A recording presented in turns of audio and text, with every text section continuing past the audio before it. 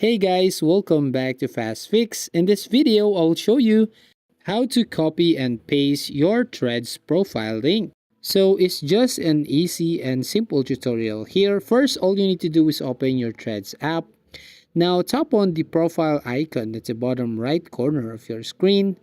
Now here on your profile page, you have two options here, edit profile and share profile. So all you need to do is just tap the share profile button and you have an opportunity right here to share your profile on your social media accounts. As you can see here, you have many options to share your profile. So for example, I want to share it on WhatsApp and it will directly go on WhatsApp and try to send it to this account.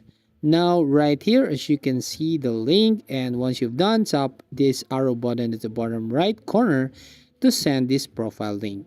So once they tap this profile link right here, they will directly go to your Threads profile.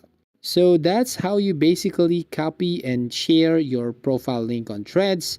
If you find this video helpful, please consider to like and subscribe to the channel, and don't forget to hit the notification bell to notify you on the next video.